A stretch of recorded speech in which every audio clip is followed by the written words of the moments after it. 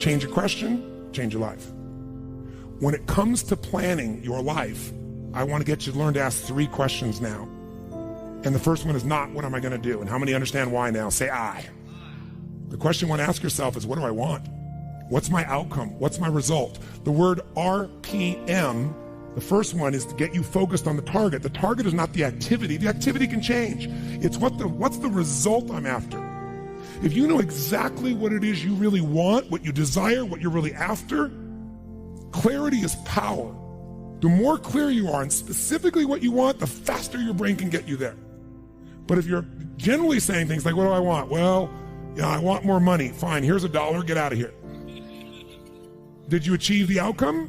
Yeah, when you're that general, you think you're not getting your goal, you are. The way you language your goal, the way you think about it, you're receiving it. I want to feel a bit better. I want to lose some weight. Fine, you lost a pound, you're done. Because your brain's like a servo mechanism in a bomb and a missile. The old days, you shoot a missile and the target was going, and if you missed the trajectory, you missed it. Today, what happens when the missile's not on course? What happens? It locks onto the heat signature, and what does it do? It moves and follows it. That's the way your brain is if it knows the outcome, if it knows the result. So RPM starts with, I got to know the result. This is a results planning system. The rapid planning method, you can think of it as a results planning system. I need to know the result I'm after before I ever ask myself what to do. That takes more time, but it's worth it. Now, for time's sake, I'm not going to do this with you right now, but I'll tell you what I do when I've taught this to people and I've got a full weekend to do this in. Just give you a picture. If I asked you right now to write out your name, your full name. Now, some of you abbreviate your signature, but write out your full name in cursive. Go and do that one time. Write out your full name in cursive. I can't even use the word cursive. Is that really the word people still use? It means in handwriting, I guess, but in cursive. Just write it out in full name, because you can do this later on. Now, if I had you get with a partner, and you can try this later if you want, I'm just going to tell you because I don't want to take the time because we have such limited time today. And I have your partner say to you with a stopwatch here, okay, ready? And I go, go. And you write it out. And you tell me when you're done. It'll stop. I write down how long that was. So let's say you wrote out your signature and it took 5 seconds. And I say, ready? Write it out. Ready? Go. You tell me when you're done. Stop. And I write down 5 seconds. I have to do that 10 times.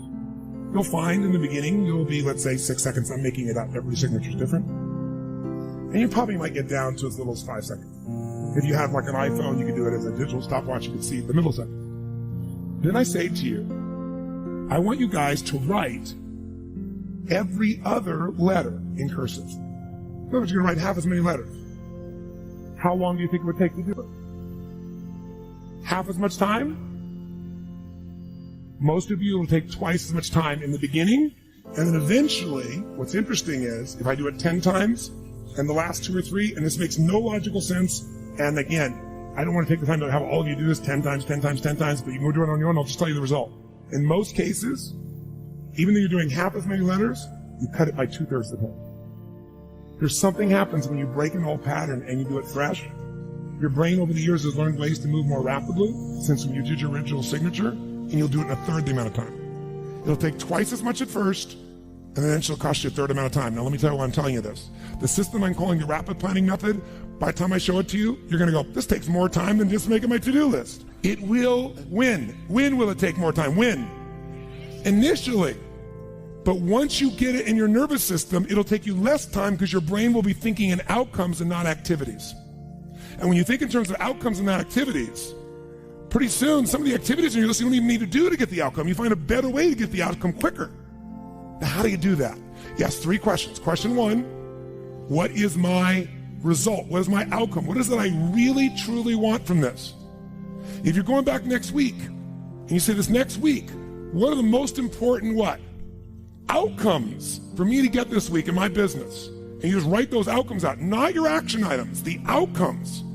If you do that and nothing else, you'll be ahead of the game. And if you just keep looking at those outcomes every day, how am I doing on that outcome? Your brain will come up with ways to get to that outcome. I promise you. Focus on outcomes, not on activities. Action for most people, activities, most people may mistake movement for achievement. They mistake action items and to-dos for achievement. We're after the achievement. Are you with me on this? Yes or no? It's a different way of thinking, and I think all of you inherently have it, But if you make this ritualized, just like the things you've learned this week, they're all great, but if you don't systematize them, they'll work when you do them. But if you systematize them, right? And you see like Mr. Hallman here, where he goes in and just does it and makes sure it's being done again, or what you've seen Chet do, or what I do. You just do it over and over again.